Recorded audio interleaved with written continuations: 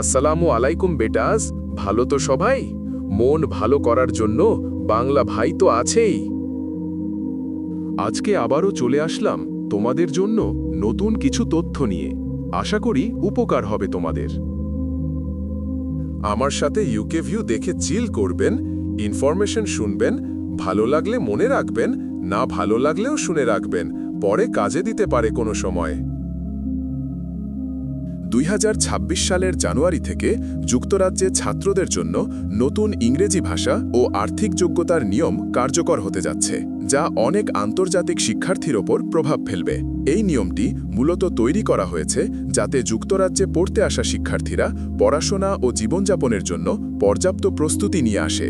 তবে এই নিয়ম সবার জন্য প্রযোজ্য নয়, কিছু বিশেষ গ্রুপের ছাত্ররা এর বাইরে থাকবেন। যেসব শিক্ষার্থী 2026 সালের জানুয়ারি বা তার পরে ছাত্র ভিসার জন্য আবেদন করবেন, তারা এই নতুন নিয়মের আওতায় পড়বেন।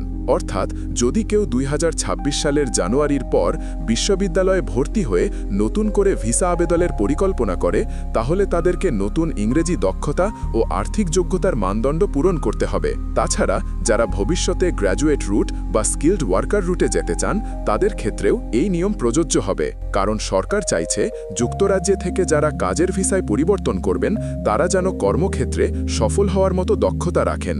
নতুন আবেদনকারীরা যারা যুক্তরাজ্যে প্রথমবার পড়তে আসবেন, তারাও এই নিয়ম অনুসারে তাদের আবেদন প্রস্তুত করবেন।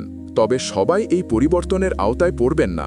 যেসব শিক্ষার্থী ইতিমধ্যে তাদের ভিসা অনুমোদন পেয়েছেন বা যারা 2025 সালের ডিসেম্বরের মধ্যে আবেদন করে ফেলবেন, তারা এই নতুন নিয়মের বাইরে থাকবেন, অর্থাৎ তাদের আবেদন আগের নিয়ম অনুযায়ী বিবেচিত হবে।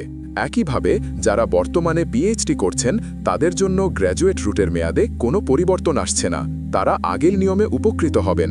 এছাড়া যারা যুক্তরাজ্যে স্বল্পমেয়াদী কোর্স বা প্রশিক্ষণের জন্য শর্ট টার্ম স্টাডি ভিসা বা ভিজিটর ভিসা নিয়ে আসছেন, তারাও এই নতুন নিয়মের আওতায় পড়বেন না। সব মিলিয়ে নতুন নিয়মটি মূলত 2026 সালের পর যারা যুক্তরাজ্যে পড়তে বা কাজ করতে চান, তাদের জন্য। তাই ভবিষ্যতের আবেদনকারীদের এখন থেকেই প্রস্তুতি নেওয়া উচিত, বিশেষ করে ইংরেজি দক্ষতা উন্নত করা এবং প্রয়োজনীয় আর্থিক প্রমাণ প্রস্তুত রাখা। এটি শুধু ভিসা পাওয়ার সম্ভাবনা বাড়াবে না, বরং যুক্তরাজ্যে পড়াশোনার অভিজ্ঞতাকেও আরও সহজ ও সুষ্ঠু করে তুলবে। তো এই ছিল আজকের জন্য। আবার কালকে আরও কিছু ইনফরমেশন নিয়ে আসব তোমাদের জন্য।